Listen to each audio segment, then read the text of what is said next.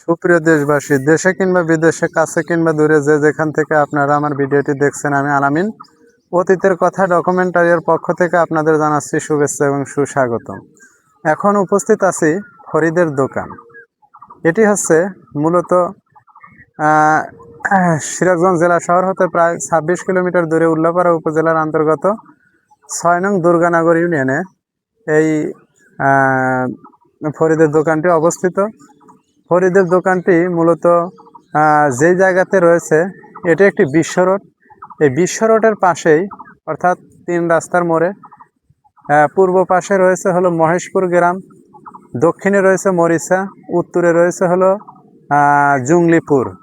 এই 3 রাস্তার মোড়েই মূলত রয়েছে হলো ফরিদের দোকানটি। আজ থেকে প্রায় 80-র দশকে, আজ থেকে প্রায় 40-45 বছর আগে ফরিদ নামের একটি লোক এইখানে সর্বপ্রথম একটি দোকান স্থাপন করে, আর সেই সুবাদে জায়গাটির নামকরণ করা হয়েছে ফরিদের দোকান। ফরিদ এখন আর এইখানে দোকানদারি করে না। ফরিদের গ্রামের বাড়ি হচ্ছে বাকুয়া। তারা 3টি ভাই, বড় ভাইয়ের নাম আশাফ এবং দ্বিতীয় ভাইয়ের নাম ফরিদ এবং ছোট ভাইটা নাম আমি সঠিক জানি না, তবে তারা এখন বর্তমানে তালগাছি বাস স্ট্যান্ডের পাশেই দোকানদারি করে। এই সেই ফরিদের নাম অনুসারেই জায়গাটির নামকরণ করা হয়েছে ফরিদের দোকান। ফরিদ এখন আর নেই, কিন্তু সেই ফরিদের ওইখানে এখন আশপাশে শত শত দোকান হয়েছে, এমনকি বাজার বসে। সেই জায়গাটির নাম এখন পর্যন্ত ফরিদের দোকান নামেই পরিচিত। আজ আমি সেই চিত্রটি আপনাদের সামনে ভিডিওর মাধ্যমে তুলে ধরার জন্য চেষ্টা করব। আপনারা সকলেই মনোযোগ সহকারে সেগুলো দেখতে থাকুন।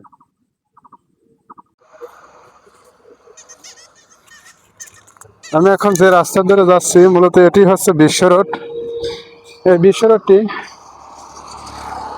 পাবনা কুষ্টিয়া থেকে ডাইরেক্ট একবারে ঢাকাতে চলে গেছে এই রাস্তা ধরে। এটি হচ্ছে সেই বিশ্ব রোড। এই বিশ্ব রোডের পাশে রয়েছে হলো ফরিদের দোকান। এই বড় বৃক্ষের ছায়ার নিচেই ফরিদের দোকানটি। এখন আমি ঘুরে ফিরে দেখানোর জন্য চেষ্টা করব।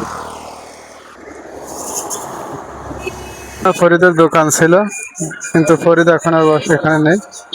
এই জায়গাটির নামই হলো ফরিদের দোকান।